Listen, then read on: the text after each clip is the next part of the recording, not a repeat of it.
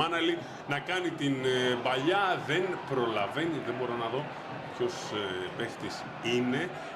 Ο Εραμούσπε, υπενθυμίζω ότι πέρασε από το Ζωσιμάδες με τη φανέλα του Παζιάννα, ο Μαχαίρας μια σέντρα και υπάρχει πέναλτι σε μαρκάρισμα του Κριμιτζά στο Μάναλη. Πέναλτι λοιπόν στο 13ο λεπτό.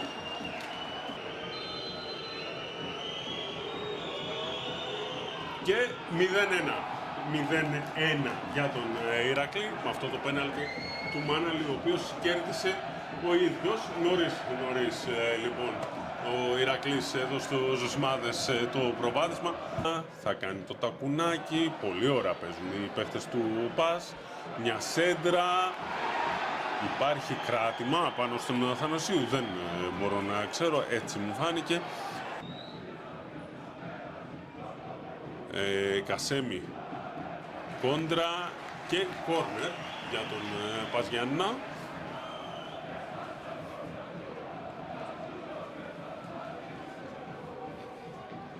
Ξανά ο Κασέμι πίσω από την μπάλα, δεξιά όπως επιτίθεται η ομάδα του Παζιάννα. Εκτελέστηκε μες στην περιοχή Καφενζής. Κάτι σαν προβολή, η μπάλα θα περάσει στα χέρια του Στουρνάρα. Έχει χώρο μπροστά τον Μπουλάρη, θα δώσει για τον Αθανασίου και υπάρχει φάουλ. Ίσως να είναι η τελευταία στιγμή για το πρώτο ημίχρονο. Κασέμι λοιπόν και πολλοί κόσμος. Για να δούμε απευθείας ποιος πάτησε, τελικά έγινε και μια κεφαλιά από τον Δούμα, αν βλέπω σωστά, και Ντέλετιτς δίνουν την απαραίτητη όθηση οι φίλαθλοι του Παζιάννα στους παίχτες του Γιάννη Γκούμα και κάποιος από το εκτελέστηκε στα χέρια του Βρακά αυτό το φάουλ στο 52. Κόβουν ξανά οι παίχτες του ΠΑΣ με τον Κασέμι, κερδίζει ο Αναστασίου και υπάρχει φάουλ. Δεν δίνει κάτι ο διαιτητής. Προύντζος έχει την μπάλα στα πόδια του με τον παίχτη του ΠΑΣ να είναι πεσμένος στον αγωνιστικό χώρο και μια κεφαλιά προς τα πίσω. Υποπέφτει σε αυτό το φάουλ. Ουάρντα Τσακλά, συγγνώμη. Παλιά στο πουθενά, μόνο παίχτης του Ηρακλή ήταν εκεί.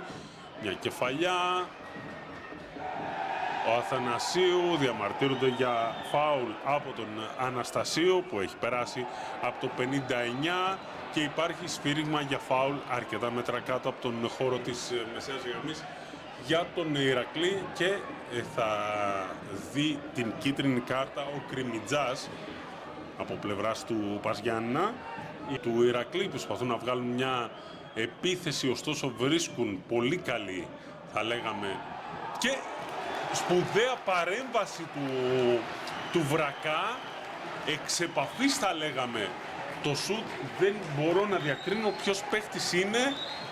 Ουάρντα επαναφέρει στον αγωνιστικό χώρο, μια σέντρα μέσα στην περιοχή, θα βγει τώρα, θα βγουν οι του Ηρακλή από την περιοχή, διώχνουν οι του ΠΑΣ και νέο πλάγιο με τον Αναστασίου και τον Ουάρντα να παίζουν ξανά την μπάλα.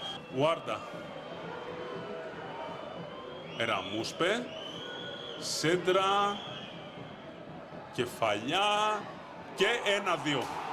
1-2 λοιπόν στο 89.